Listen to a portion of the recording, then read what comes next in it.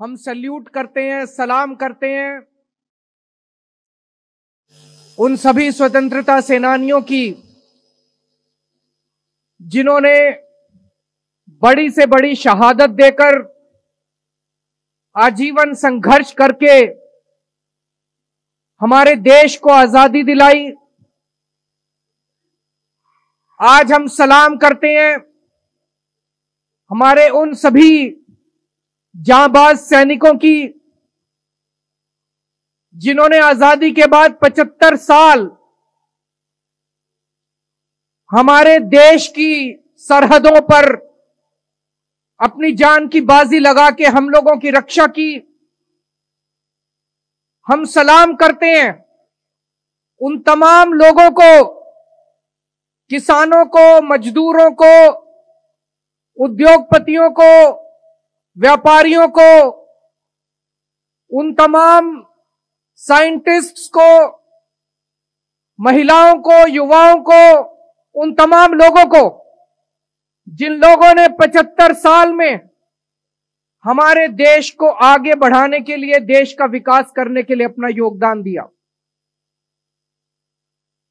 दोस्तों, अभी कुछ दिन पहले 22 जनवरी के दिन अयोध्या में श्री राम लल्ला जी का प्राण प्रतिष्ठापन किया गया। ये पूरे देश के लिए, पूरे विश्व के लिए एक बेहद गर्व की, खुशी की और बधाई की बात थी। चारों तरफ लोगों ने खूब उत्सव मनाया। एक तरफ जहां हमें श्री रामचंद्र जी की भक्ति करनी है, दूसरी तरफ हमें उनके जीवन से प्रेरणा लेकर उनके संदेश को अपने जीवन में ढालने की कोशिश करनी है। उनका जीवन बेहद प्रेरणादायी है। तमाम किस्से हैं उनके जीवन से जो हमें संदेश देते हैं त्याग का, बड़े से बड़े त्याग का, प्यार का, मोहब्बत का। हम सब जानते हैं किस तरह से अपने पिताजी के एक आदेश के ऊपर, अपने पिताजी के कहने पे अपना तमाम राजपाट त्याग करके वो वनवास चले गए। कल सुबह भगवान राम का राज्याभिषेक होने वाला था। अयोध्या के अंदर तमाम तैयारियां कर ली गई थी। सभी अयोध्यावासी हर्षोल्लास में झूम रहे थे। सभी अयोध्यावासी बहुत खुश थे कि कल सुबह भगवान राम अयोध्या के राजा बनेंगे। सब लोग तैयार थे। अचानक शाम के वक्त भगवान राम के पास संदेशा आता है कि दशरथ जी आपको अपने कमरे में बुला रहे हैं। भगवान राम दशरथ जी के कमरे में जाते हैं।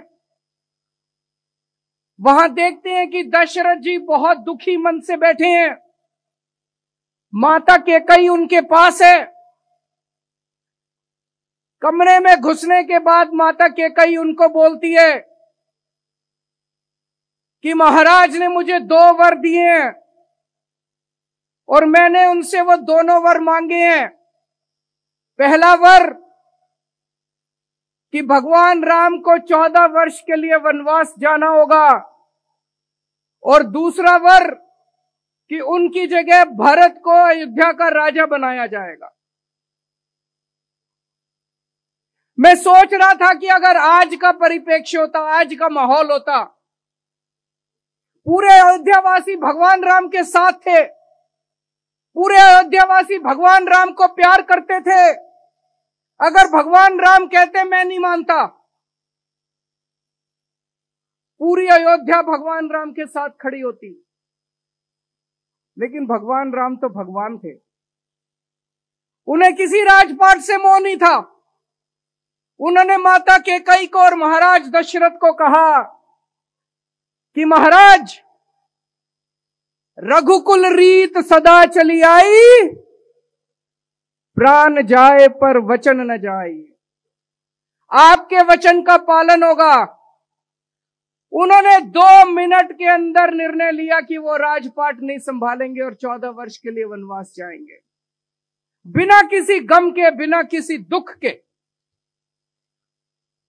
चेहरे पर मुस्कान के साथ भगवान ने उनसे विदा ली और खुशी खुशी 14 वर्ष वनवास के लिए चले गए। इससे हमें सीख मिलती है कि अपने मां बाप की आज्ञा का पालन करना चाहिए। इससे हमें सीख मिलती है कि हमें निर्मोह भाव से, निस्वार्थ भाव से सेवा करनी चाहिए। इससे हमें सीख मिलती है कि हमें किसी तरह का त्याग करने से पीछे नहीं हटना चाहिए। एक तरफ भगवान राम जब वनवास के लिए गए, उस वक्त भरत अपनी नानी के घर गए हुए थे, वो अयोध्या में नहीं थे।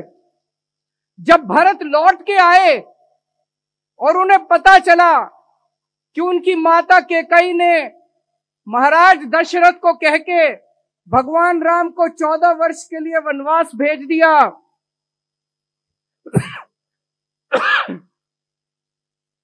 भरत से यह बर्दाश्त नहीं हुआ। भरत जी पीछे पीछे उनके वनवास गए और वन में महाराज राम को ढूंढ के, भगवान राम को ढूंढ के उनके पैरों में गिर जाते हैं और कहते हैं कि ये राजपाट है भगवान, ये राजपाट आपका है, ये मेरा नहीं है। आप वापस चलिए और वापस चल के राजपाट संभालिए। भगवान राम कहते हैं नहीं भरत, ये राजपाट तेरा है। भरत कहते हैं नहीं भगवान, ये राजपाट आपका है। मुझे लगता है पूरे मानव जाति के इतिहास में इस तरह का सुंदर दृश्य देखने में शायद कभी नहीं मिला होगा।